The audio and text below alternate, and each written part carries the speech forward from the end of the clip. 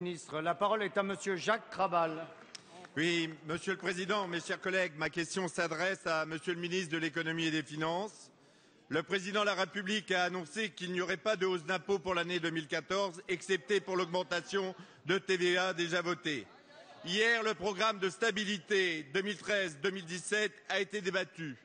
Pour 2013, les efforts demandés sont importants. Une hausse similaire en 2014 serait très douloureuse pour nos concitoyens. C'est pourquoi lutter contre l'évasion fiscale et remettre à plat les dispositifs de niche est une priorité. D'abord, je veux dire, Monsieur le Ministre, ma satisfaction de voir que la lutte contre la fraude fiscale soit au centre des discussions européennes et mondiales. Le 13 avril, la rencontre des ministres des Finances du G20 à Washington, avec l'engagement des pays signataires d'échanges automatiques des informations bancaires.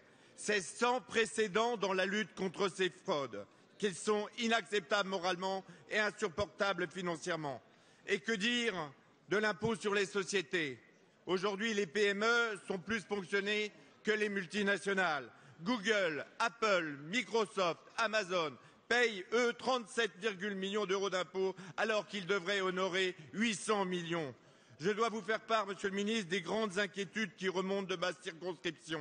En effet, ces augmentations d'impôts qui s'accumulent déjà depuis 10 ans, si elles concernaient de nouveau les populations les plus fragiles, les classes moyennes, les petits retraités, les employés, les commerçants et les artisans, contribueraient encore au recul du pouvoir d'achat déjà amputé depuis de nombreuses années. Monsieur le ministre, le groupe 2RDP espère une refonte de notre système fiscal trop complexe et pas assez progressif. Et puis, nous voulons savoir quelle politique comptez-vous mettre en place pour plus de justice.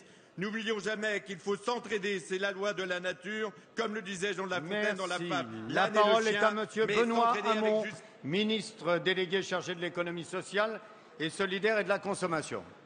Monsieur le Président, Monsieur le député Krabal, vous m'interrogez sur la politique fiscale du gouvernement pour 2014. Parmi lesquels des sujets importants, la lutte contre la fraude fiscale, c'est une priorité du gouvernement qui s'est traduite en 2012 par une augmentation de 10% des contrôles fiscaux pour un rendement supplémentaire de 1,6 milliard d'euros pour l'État. La lutte contre l'optimisation fiscale des grands groupes internationaux, nous y répondons par un contrôle plus rigoureux des prix de transfert.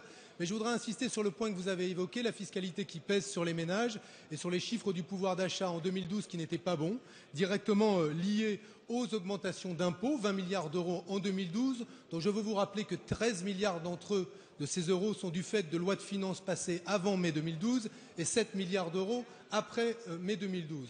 Le fait est que nous avons décidé, nous, de cibler ces impôts sur les ménages qui le peuvent le plus. 70% des mesures nouvelles en 2013 ont été concentrées sur les 20% des ménages les plus aisés. Mais parallèlement, pour amortir les conséquences de ces hausses d'impôts sur le pouvoir d'achat, nous avons décidé de soutenir le pouvoir d'achat des classes populaires et des classes moyennes.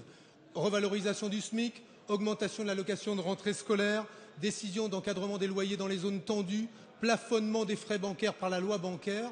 Et nous n'en resterons pas là, je veux insister là-dessus, car la semaine prochaine, j'aurai l'honneur de présenter un projet de loi sur la consommation qui s'attaquera au marché des assurances et notamment des assurances obligatoires. La multirisque habitation a par exemple augmenté 3 fois plus que l'inflation dans les 2 dernières années. Nous mettrons de la concurrence et de la fluidité dans le marché des assurances, mais nous ferons en sorte d'introduire dispositions importantes dans le droit français, les actions de groupe, de manière à faire en sorte que demain, par les actions de groupe, nous luttions contre la rente économique et que nous transférions cette rente économique des entreprises vers les consommateurs à travers du pouvoir d'achat supplémentaire. Je vous remercie.